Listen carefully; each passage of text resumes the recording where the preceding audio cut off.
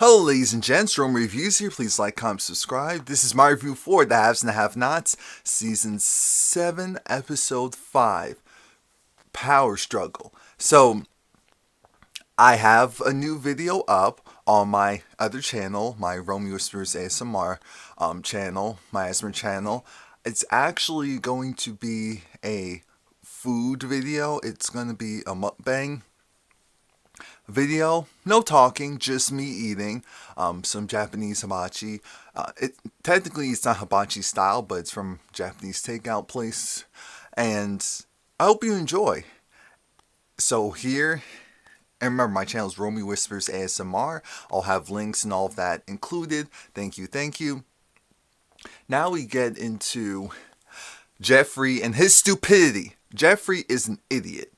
Jeffrey is a fool, and his friend is trying to help him. His friend is trying to save him. But you know, there's just some people who, unfortunately, they need to learn things really the hard way, or someone has to truly intervene to stop things for them. Jeffrey is one of those people. There was a laser pointed at his head, and yet he's trying to downplay it, because at first he's upset at Madison. Then once he realizes, okay, Madison's serious, then he goes and looks, and then he's like, oh no, it's just Justin. It's just Justin? He was pointing a laser at you. And he goes and sees, oh no, Justin was really just pointing a laser, not pointing a gun that had a laser attached to it. Even though it shouldn't matter, because your life is in danger. So Madison's like, let's just call the cops. Don't go out there. Jeffrey said, oh, I have it. Oh, I have it. Oh, I got it. Oh, you dummy. You dummy. So while we have that going on, then we see Jeffrey. He's going and he's upset with Justin. He's upset with Justin. So he goes and tells Justin, hey, dude, what are you doing? Why are you doing that? Just leave my house. Just leave me alone. Justin said, I wanted to get your attention. You know, what are you doing? You're in there with him? What's going on? I'm so frustrated and over this relationship. Jeffrey keeps telling him to leave. Justin doesn't want to leave. Justin's still out there, even when Jeffrey goes back in the house, because Jeffrey said, you know what, I'm done. You need to get yourself together. I'm thinking, get himself to get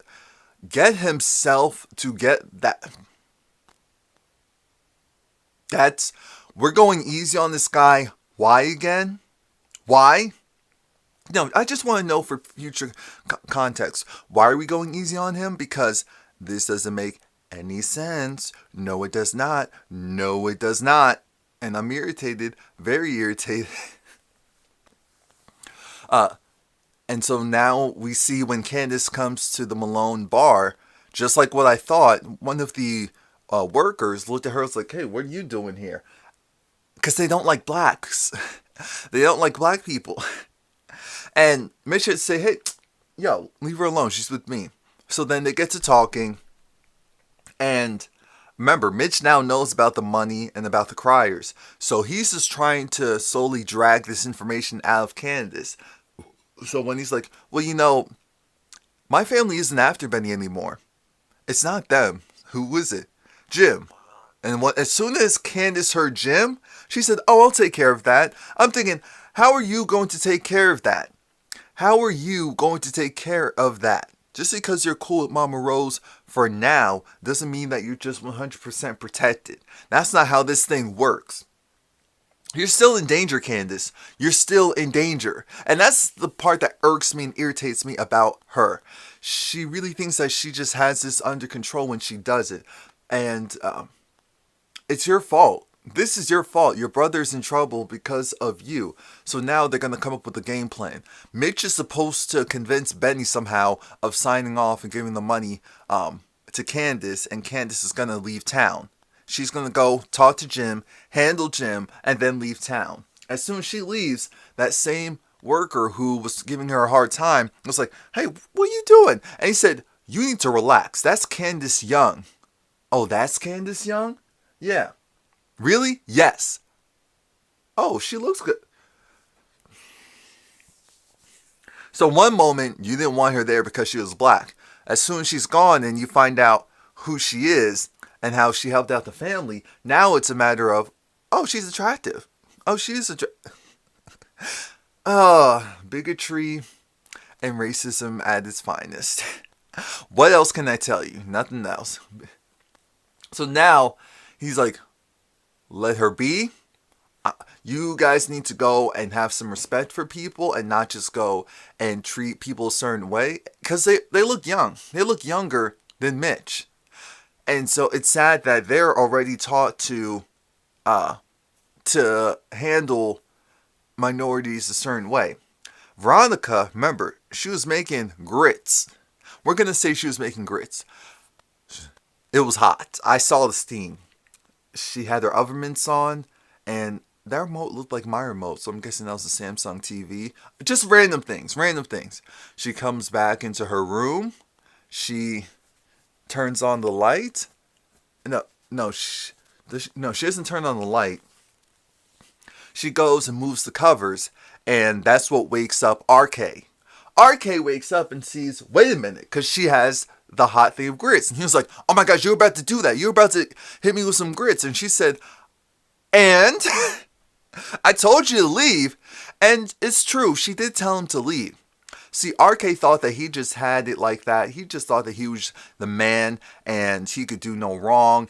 And he was proven wrong. He was proven very wrong. This is a prime example of you can't just have it your way. You can't just go and get away and do whatever you want. There's always going to be someone who's going to tell you, hey, I told you to stop. And Veronica's one of those people who she gets what she wants. And so then he goes and leaves. He's like, oh, you're crazy. I'll remember this. This isn't over. I'm thinking, this isn't over. That sounds like a threat. What are you going to do? Really, RK, what are you going to do? Now, and then Catherine goes to Broderick's home. As soon as they showed the outside of the house, I knew it was Broderick's because, whew, compared to everyone else's places, Broderick's looked rough. It looked like affordable housing in that area, which obviously there is nothing wrong with affordable housing. Nothing wrong with affordable housing. You know what the problem is in this show? You have a bunch of bougie people. And Catherine is one of them. She thought that he probably had something cute and quaint because she knows how much he's being paid. So she thought, based on how much he's being paid, that it will have just been something small but nice. The place was clean. It was clean. No issues there. It just looked a little run down. And like I said, it looked like it was more so affordable housing. And so then she's trying to figure out, why do you live here? He said he has a family to take care of, so he sends the money back home. And I believe him. He sends the money back home. And she said, oh. And then her conscience came in because she started to feel bad. He was like, can I pour you a drink? He doesn't have regular cups. He just has solo cups.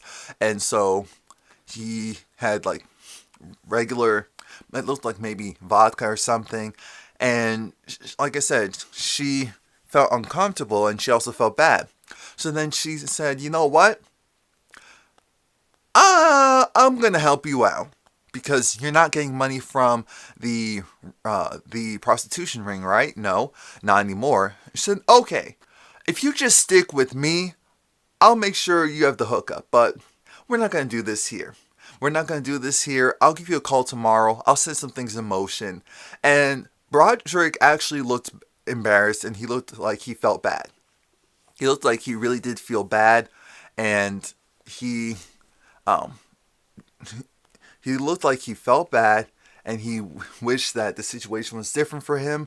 And luckily for him, like I said, Catherine still has somewhat of a conscience, so she's probably going to give him a nice hookup. Now, Wyatt, he's trying to figure out, hey, why are we here? Why are we at your place?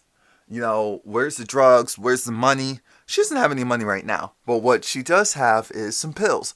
And she gave him the pills, and he wanted some alcohol too. And she's just like, dude, what is wrong with you? Because he took all the pills. He said, I have a high tolerance. It's okay. It's not okay. So then he goes into the bathroom because I guess he was trying to cool off. she gets a knock at the door. It's George and the police. And they want to know what's going on with you. So then she shows them what's going on with her. She has Wyatt Cryer. And she's being arrested because she was supposed to have evidence. She was supposed to have the bullets. She doesn't have it. So she's being arrested. But she planted drugs on Wyatt. When did she get them? How did she get them? Maybe when she was by the police station? Not sure.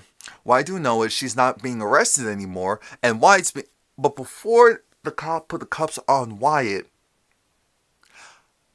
tell me why Wyatt was like, why didn't you tell me you slipped me some drugs already?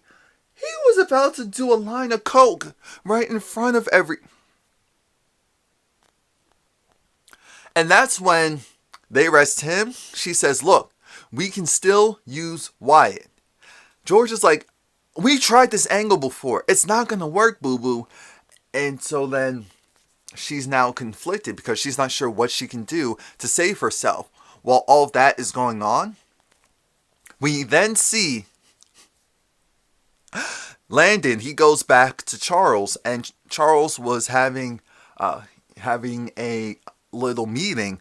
He tells everyone to leave except for Landon, and then he goes and boom, knocks Landon. Doesn't knock him out, but knocks him to the ground, and Landon's just like... Landon was so scared, and Charles just like, get up. I said, uh-oh. He gets up, and then he starts to get himself together, and he said, here's the thing. You're never doing what you did to me ever again. You got it? And he said, yeah, of course. All right. I need you to get ready and get briefed. We're going to go and do X, Y, and Z. And that whole thing confused me because not only does Landon still have his job, I don't know what's going on with Charles. And I don't know if I like the route that we're going. I don't know if this is going to be some weird thing of... I think Tyler's trying to show that... Here's the two possibilities. Either Charles is a little curious and he feels a little lonely, so having someone who's that interested in him is a turn on, but he's going to downplay it. Or he's lonely, he wants a friend / someone that he can manipulate, and Landon's that person. And so he wants to keep Landon close because he knows Landon will really do whatever he wants, and he can always hold this over him. There's many types of people. I'm just not sure the type of person Charles is. Veronica gets herself together and she looks nice. And she looks nice because, one, that her maid quit. The white one. She quit Alice. Alice is gone. She's done with Veronica's mess. She's not disrespectful either, but she quit. She's like, I don't have to put up with this. I have options. I'm going to go. And she was like, options where? You were trash. Go and get the door. I quit. That means I don't work for you, which means I'm not going to do whatever you say just because you say it. And while she quits, and I was laughing. The entire time. Remember, Veronica said she wanted a Melissa replacement. And so the woman came over with the Melissa replacement. Unfortunately, the Melissa was a Becky. She was white. And when I tell you Veronica was not having that, Miss Harrington was over it. Miss Harrington felt like, why'd you bring her here? Why is she in my presence? What is going on here? This is a no-no. This is not happening. How dare you? How dare you? What do you think you're doing? What do you think you're doing? And the one said, first off, oh, I'm sorry, I didn't realize you wanted someone who was black, someone who was African American. You should have. You're supposed to be smart. How come you couldn't figure that out? Yeah, but it doesn't matter. This girl, she's smart. She's in medical school. Veronica said, oh, medical school? Okay, she's smart. Great, but she's still not black, and she wants someone dark. She wants someone darker than her. Darker as in darker than Veronica, because she wants her babies to be black. She doesn't want her babies to be brown. She wants her babies to be black. And so then the woman leaves with the girl. And Veronica's just like, damn, everyone's useless. Oh, Veronica. Ugh. Ugh. Things take another turn because David, he wants to talk to Maddie. And Madison goes talks to him. David wants to know, hey, how's it going on with what's up with my son? How are you too? Because David's trying to play matchmaker. Madison says, things would be okay, but are you familiar with someone named Justin? Well, Justin has been after Jeffrey, and he hasn't, gotten off of Jeffrey's neck, almost literally. And he's been stalking Jeffrey, among other things. And that's when David appreciates being notified about that, because now he's going to go and put his goons. Yes, I said his goons. He's going to put his goons on Justin. I'm thinking, it's about time. It's about time. See, that's the thing about David. David's a little funny. And David's a little bit off, because he should have done this a while ago. He shouldn't have waited until now. This should have been something that he thought about and put into motion, like I said, a while ago. Jim is a disgusting human being, and Jim goes and yokes up Sarah. Yokes up Sarah, because he knows where she lives, yokes her up, choking her, and said, where's my son? Where's my son? She eventually tells him that the DA's office has him. And she eventually acknowledges that, yes, she was the one that gave him up. But she was telling the truth initially when she said that he did not, he snuck into her car. She didn't go and sneak him into her car. Jim goes and makes out with her after she finally tells him the truth. Jim's disgusting. Disgusting. Of course, Benny is still hurt, and he gets woken up by his mama. Mitch is at the door. Mitch talks to Hannah and tells Hannah that no, his family's not after Benny anymore, which is the truth. His family is not after Benny anymore. Semantics. His family. You hear me? His family. Now, Mitch is talking to Benny. You know Benny's slow, so you have to spoon feed him the information. Mitch goes and tells Benny how, hey, so word in the curb is that you have some money and you owe some very powerful people. I just want you to tell the truth. I heard that you have $8 million in your account, and it came from the Criers. Is that true? Benny said, yeah. And also heard that the money came into your possession because of Candace. Okay. Well, I need you to understand that my family is not after you. They're not after you anymore, I should say.